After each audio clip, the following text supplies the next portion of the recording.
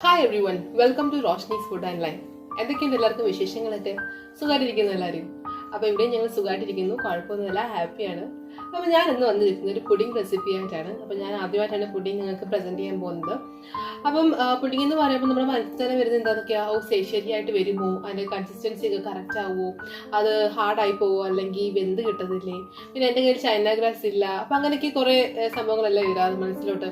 അപ്പോൾ ഇതൊന്നും മനസ്സിൽ നിന്നൊക്കെ എടുത്ത് കളഞ്ഞേക്കുക കേട്ടോ. അപ്പോൾ ചൈന ഗ്രാസ് ഒന്നും നമുക്ക് വേണ്ട. ഇതൊന്നും ഇല്ലാതെ തന്നെ നല്ല സോഫ്റ്റ് ആയിട്ട് നല്ലൊരു പുഡിംഗ് നമുക്ക് സെറ്റാക്കി എടുക്കാൻ പറ്റും. അപ്പോൾ നമ്മുടെ വീട്ടിലുള്ള ഇൻഗ്രീഡിയൻസ് ഒക്കെ വെച്ചിട്ട് തന്നെ, ഒരുപാട് ഇൻഗ്രീഡിയൻസ് ഒന്നും വേണ്ട, കുറച്ച് ഇൻഗ്രീഡിയൻസ് ഒക്കെ വെച്ചിട്ട് തന്നെ എങ്ങനെയാണ് നല്ല കിടിലനായിട്ടോ നല്ല ടേസ്റ്റുള്ള ഒരു പുഡിംഗ് ഉണ്ടാക്കിയെടുക്കുന്നത് ഞാൻ കാണിച്ചു തരാം. അപ്പം ഒട്ടും താമസിക്കേണ്ട, നമുക്ക് റെസിപ്പിയിലേക്ക് കിടക്കാം.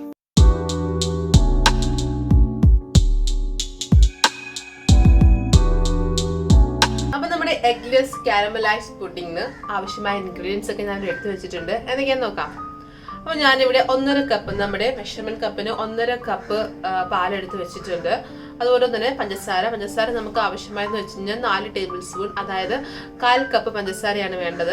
പിന്നെ നമ്മുടെ റവ എന്ന് പറയുമ്പോൾ ഞാൻ 2 ടേബിൾ സ്പൂൺ റവയാണ് ഇവിടെ ചേർക്കുന്നത്. പിന്നെ ഞാനിവിടെ മുട്ട ചേർക്കുന്നില്ല, നമ്മൾ എഗ്ലെസ് പുഡിംഗ് ആണ് ഉണ്ടാക്കുന്നത്. അതിന് പകരം ഞാനിവിടെ ചേർക്കുന്നത് തൈരാണ്. അപ്പോൾ ഞാനിവിടെ 2 ടേബിൾ സ്പൂൺ തൈര് ചേർക്കുന്നുണ്ട്. പിന്നെ ഒരു ഫ്ലേവറിന് വേണ്ടി ഞാൻ ആഡ് ചെയ്യുന്നത് നമ്മുടെ വാനില എസൻസ് ആണ്. അപ്പോൾ വാനില എസൻസ് ഇല്ലെങ്കിൽ ഒരു കുഴപ്പമില്ല, നിങ്ങൾക്ക് ഏലക്ക പൊടിച്ച് ചേർക്കാം, അതല്ലെങ്കിൽ പട്ട, നമ്മുടെ കറുവാപ്പട്ട പൊടിച്ച് ചേർത്താലും മതി.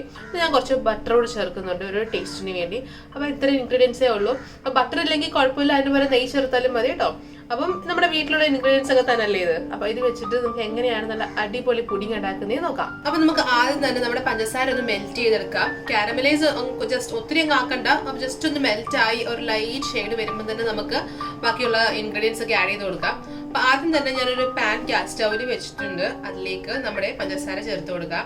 പഞ്ചസാര എന്ന് പറയുമ്പോൾ ഞാനിവിടെ 1/4 കപ്പ് പഞ്ചസാരയാണ് ചേർക്കുന്നത്. അപ്പൊ നമുക്ക് ഇതിലേക്ക് 2 ടേബിൾ സ്പൂൺ വെള്ളം ആഡ് ചെയ്ത് കൊടുക്കാം. നമ്മുടെ പഞ്ചസാര നന്നായിട്ട് മെൽറ്റായി വന്നിട്ടുണ്ട്. അപ്പൊ നമുക്ക് ഇതിലേക്ക് 1 ടീസ്പൂൺ ബട്ടർ ചേർത്ത് കൊടുക്കാം.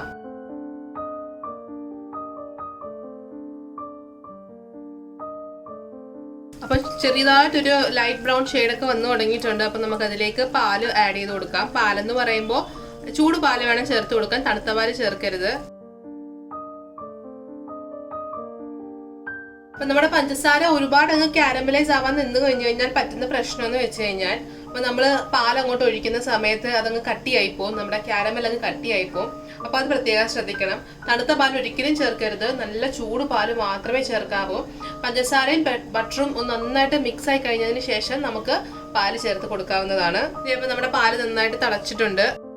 ഇനി ഇതിലേക്ക് നമ്മൾ എടുത്തു വെച്ചിരിക്കുന്ന നമ്മുടെ റവ 2 ടേബിൾ സ്പൂൺ റവ ചേർത്ത് കൊടുക്കാം. അപ്പൊ നമ്മുടെ റവയൊക്കെ നന്നായിട്ട് വെന്ത് അപ്പൊ നല്ല വലിയ ബബിൾസ് ആയിട്ട് വരും. അപ്പൊ ചെറിയ റവയുടെ തരികൾ വലിയ ബബിൾസ് ആയിട്ട് വരണം. അതല്ല, നമ്മുടെ റവ വെന്ത് നല്ല പൊങ്ങണം. അതുവരെ നമുക്ക് നന്നായിട്ട് ഇളക്കി കൊടുക്കാം.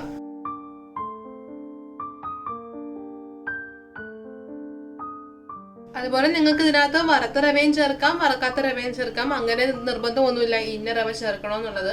അപ്പൊ നിങ്ങൾക്ക് ഇഷ്ടമുള്ള റവ ചേർത്ത് കൊടുക്കാം. അപ്പൊ നമ്മുടെ റവയൊക്കെ നന്നായിട്ട് വെന്തിട്ടുണ്ട്. ഇതേ കണ്ടോ, നിങ്ങൾക്ക് കാണാൻ പറ്റുന്നുണ്ടോ? വലിയ തരികളായിട്ടുണ്ട്, നല്ല ബബിൾസ് പോലെ വന്നിട്ടുണ്ട്. അതുപോലെ തന്നെ പാൽ ചെറുതായിട്ടൊന്ന് കുറുകുകയും ചെയ്തിട്ടുണ്ട്. നമ്മുടെ റവ കാരണം പാലൊന്ന് കുറുകുകയും ചെയ്തിട്ടുണ്ട്. അപ്പൊ നിങ്ങൾക്ക് ഇനി മധുരം കുറച്ചുകൂടെ ആവശ്യമുള്ളവരാണെങ്കിൽ ഇതിൽ കൂടുതൽ ആഡ് ചെയ്യാട്ടോ. എനിക്കിപ്പം കറക്റ്റ് ആയിരുന്നു, 1/4 കപ്പ് എന്ന് പറയുന്നത് എനിക്ക് കറക്റ്റ് ആണ് മധുരം. അതിൽ കൂടുതൽ വേണമെങ്കിൽ നിങ്ങൾക്ക് ആഡ് ചെയ്യാം. റവയൊക്കെ നന്നായിട്ട് വെന്ത് വന്നിട്ടുണ്ട്. നമുക്ക് ഫ്ലെയിം ഓഫ് ചെയ്യാം. ഇനി ഇതിലേക്ക് നമ്മൾ എടുത്തു വെച്ചിരിക്കുന്ന വാനില എസൻസ് ചേർത്ത് കൊടുക്കാം. 1 ടീസ്പൂൺ വാനില എസൻസ് ചേർത്ത് കൊടുക്കാം. അപ്പൊ നമുക്ക് ഇതിനെ ഒരു മിക്സിയിൽ ഒന്ന് അടിച്ചെടുക്കണം. നമ്മുടെ തൈര് ഇരിപ്പുണ്ടോ, തൈരും നമ്മുടെ ഈ മിക്സറോടെ നമുക്ക് മിക്സിയിൽ അടിച്ചെടുക്കണം. അപ്പൊ നമുക്ക് ഇതൊന്ന് തണുക്കാൻ വേണ്ടി മാറ്റി വെക്കാം. തണുത്തതിന് ശേഷം നമുക്ക് മിക്സിയിലിട്ട് നന്നായിട്ട് അടിച്ചെടുക്കാം. അപ്പൊ നമ്മൾ നേരത്തെ തയ്യാറാക്കി വെച്ചിരിക്കുന്ന റവയുടെ മിക്സറില്ലേ, പാലും റവയും എല്ലാം കൂടെ മിക്സ് ചെയ്തത്, അപ്പൊ നന്നായിട്ട് തണുത്തിട്ടുണ്ട്. ഇനി നമുക്ക് ഇതൊരു മിക്സറിൽ ഇട്ട് നന്നായിട്ട് അടിച്ചെടുക്കാം. ഇനി നമുക്ക് ഇതിലേക്ക് ആഡ് ചെയ്യാനുള്ളത് നമ്മുടെ തൈരാണ്. അപ്പൊ നമുക്ക് ഇതിലേക്ക് 2 ടേബിൾ സ്പൂൺ തൈര് ചേർത്ത് കൊടുക്കാം. അപ്പൊ ഞാനിവിടെ തൈര് ചേർത്തിട്ടുണ്ട്. അപ്പം തൈര് ചേർക്കണമെന്ന് നിർബന്ധമില്ല, നിങ്ങൾക്ക് മുട്ട ചേർക്കണമെങ്കിൽ മുട്ട ചേർത്തെടുക്കാം. അപ്പം ഞാനിവിടെ തൈരാണ് ചേർത്തിരിക്കുന്നത്. അപ്പം മുട്ട ഇഷ്ടമുള്ളവർക്ക് മുട്ട ചേർത്ത് അടിച്ചെടുക്കാവുന്നതാണ്. അപ്പം ഞാൻ എല്ലാം നമ്മുടെ മിക്സറിനകത്ത് ആക്കിയിട്ടുണ്ട്. ഇനി നമുക്ക് നന്നായിട്ടൊന്ന് അടിച്ചെടുക്കാം. അപ്പം ഞാനിവിടെ നമ്മുടെ പുഡിങ് തയ്യാറാക്കി എടുക്കുന്നത് വെച്ച് കഴിഞ്ഞാൽ ഒരു കേക്ക് ടിന്നിലാണ്. അപ്പം ഞാനൊരു ഒരു ഷേപ്പ് കിട്ടിക്കോട്ടെന്ന് കരുതി ഞാനിവിടെ ഒരു ഹാർട്ട് ഷേപ്പിൽ കേക്ക് ടിന്നാണ് എടുത്തിരിക്കുന്നത്. സോ അതിനകത്ത് ഞാൻ നമ്മുടെ ഓയിൽ ഒഴിച്ചിട്ടുണ്ട്. അപ്പോൾ ഞാനിവിടെ ഓയിലാണ് ഒഴിച്ചത്. അപ്പോൾ ഓയിലാകുമ്പോൾ എല്ലാവരുടെയും കയ്യിൽ അവൈലബിൾ ആയിരിക്കുമല്ലോ. അപ്പം നിങ്ങളുടെ കയ്യിലേക്ക് ബട്ടർ തേക്കണമെങ്കിൽ ബട്ടർ തേക്കാം, നെയ്യ് തേക്കണമെങ്കിൽ നെയ്യ് തേക്കാം. അത് നിങ്ങൾക്ക് ഇഷ്ടമുള്ള എന്ത് വേണമെങ്കിലും നിങ്ങൾക്ക് നന്നായിട്ട് ഗ്രീസ് ചെയ്തെടുക്കണം. ശ്രദ്ധിക്കേണ്ട കാര്യം എന്ന് വെച്ചാൽ നന്നായിട്ട് ഓയിലാണെങ്കിലും ബട്ടർ ആണെങ്കിലും തേക്കണം, എന്നാലേ നമ്മുടെ പുഡിങ് നമുക്ക് വിട്ട് വരത്തുള്ളൂ കേട്ടോ. അപ്പോൾ ഡീമോൾഡ് ചെയ്യുന്ന സമയത്ത് വിട്ട് വരണമെങ്കിൽ അപ്പം നമുക്ക് നന്നായിട്ട് തേച്ച് കൊടുക്കണം. അപ്പം ഞാനിവിടെ നന്നായിട്ട് ഓയിൽ തേച്ചിട്ടുണ്ട്. അപ്പോൾ നമുക്കിത് നമ്മൾ അടിച്ചെടുത്ത നമ്മുടെ മിക്സിയിൽ നമ്മൾ അടിച്ചെടുത്ത നമ്മുടെ റവയുടെ മിക്സർ ഉണ്ടല്ലോ, തൈരും റവയും കൂടെ അടിച്ചെടുത്തത് നമുക്ക് ഈ കേക്ക് ടിന്നിലേക്ക് ഒഴിച്ചു കൊടുക്കാം. അപ്പം നമ്മുടെ പുഡിങ്ങിന് നമ്മൾ തയ്യാറാക്കിയ മിക്സർ നമ്മുടെ കേക്ക് ടിന്നിലേക്ക് ഞാൻ ഒഴിച്ചിട്ടുണ്ട്. അപ്പം നമ്മുടെ ഹാർട്ട് ഷേപ്പിലായിരിക്കും നമുക്ക് കിട്ടുന്നത്. അപ്പം നമുക്ക് ഇനി നല്ല ഒരു അലൂമിനിയം ഫോയിൽ വെച്ചിട്ട് നമുക്ക് നന്നായിട്ട് കവർ ചെയ്തെടുക്കണം. അപ്പം ഞാനൊരു അലൂമിനിയം ഫോയിൽ വെച്ചിട്ട് കവർ ചെയ്യാണ്.